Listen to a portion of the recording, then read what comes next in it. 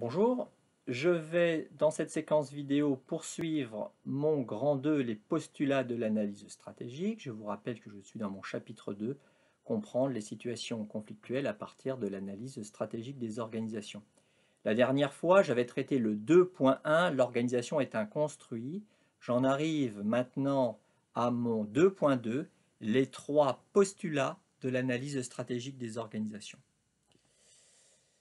Le premier postulat est le suivant. Les salariés, pour Crozier et Friedberg, n'acceptent jamais d'être traités comme des moyens au service de buts que les organisateurs, que les dirigeants fixent à l'entreprise.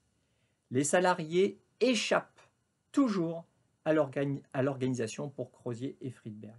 Il y a donc, dans toute organisation, il y a du jeu, et c'est-à-dire qu'il y a des marges de manœuvre dont vont s'emparer les acteurs. Il n'y a donc pas de déterminisme. Crozier et Friedberg partent du principe que chaque acteur dans une organisation va avoir ses propres objectifs, ses buts, et va déployer une stratégie pour atteindre ces objectifs. Les objectifs des différents acteurs ne sont pas forcément antagonistes à ceux des organisateurs et dirigeants, même s'ils peuvent l'être dans certaines situations. Simplement, ils sont propres à chacun des acteurs. Chacun poursuit ses propres objectifs et l'entreprise doit vivre avec cette multiplicité d'objectifs qui sont toujours plus ou moins en tension.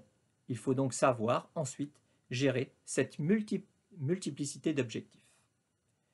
Deuxième postulat, c'est celui de la liberté relative des acteurs. Dans une entreprise, nous disent Crozier et Friedberg, tout acteur a des marges de manœuvre qu'il va utiliser plus ou moins pour atteindre ses propres objectifs. Donc pour Crozier et Friedberg, tout acteur est un stratège. C'est vrai des dirigeants, c'est vrai pour n'importe lequel des salariés, même celui qui se situe tout en bas de la ligne hiérarchique. Pour Crozier et Friedberg, on ne peut comprendre le fonctionnement réel d'une organisation sans prendre en compte cette réalité relative mais réelle de la liberté de l'acteur. L'analyse stratégique des organisations va justement braquer le projecteur sur les marges de manœuvre et la zone de liberté de chaque acteur. La question clé que l'on peut se poser, c'est quelles sont les zones de liberté et quelles sont les marges de manœuvre de chaque acteur.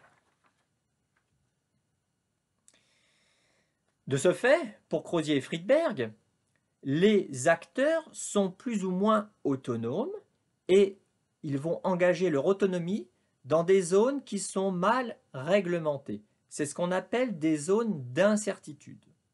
Mais très souvent, notamment dans les bureaucraties, le pouvoir central, à savoir les dirigeants, vont essayer à leur tour de contrôler l'autonomie des acteurs, lesquels vont essayer d'échapper au contrôle mis en place par les dirigeants.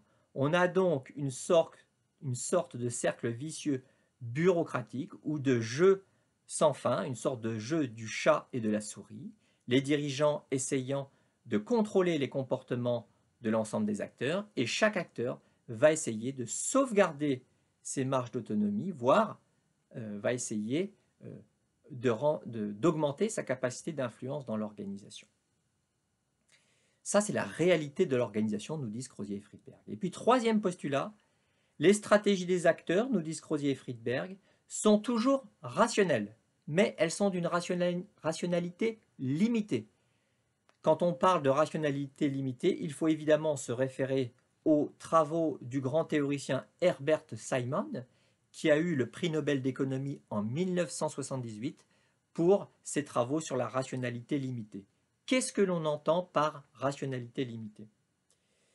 C'est relativement simple à comprendre. Pour Crozier et Friedberg, mais c'est aussi le cas pour Herbert Simon, les acteurs, face à un problème, n'ont jamais le loisir d'inventorier toutes les solutions possibles. Ils ne peuvent jamais faire entièrement le tour d'un problème. Pourquoi? Eh bien tout simplement parce qu'il manque d'informations, il manque de temps, il manque également de compétences. Donc les acteurs, face à un problème donné, ils vont s'arrêter à la solution qui présente pour eux le minimum d'inconvénients. C'est l'idée de la solution acceptable aux yeux des acteurs. Ce n'est jamais une solution optimale. La solution optimale est une illusion théorique. C'est une solution acceptable. Face à une situation donnée, il y a donc toujours plusieurs solutions possibles, plus ou moins acceptables. Jamais une solution ne s'impose d'elle-même. Donc par exemple, l'idée taylorienne du one best way organisationnel, c'est-à-dire l'idée selon laquelle il y aurait une manière plus efficace de s'organiser que d'autres. Donc l'idée de la meilleure solution qu'il faut trouver car elle existe, elle est fondamentalement anti-stratégique et anti-réaliste. Voilà ce qu'apportent les travaux de la rationalité limitée à la réflexion de Crozier et Friedberg. Pour terminer sur ce point, donc retenez l'idée que, premier postulat, les salariés n'acceptent jamais d'être traités comme des choses, c'est-à-dire comme des moyens au service d'objectifs qui sont déterminés par les dirigeants. Deuxièmement, retenez ce deuxième postulat qui est celui de la liberté relative des acteurs, et c'est bien pour cela que l'on parle d'acteurs et non pas d'agents dans l'analyse stratégique des organisations. Et troisièmement, retenez l'idée que les stratégies des acteurs sont toujours rationnelles, mais que cette rationalité est limitée. La prochaine fois, je vous parlerai de mon grand 3, les concepts de l'analyse stratégique des organisations. Au revoir.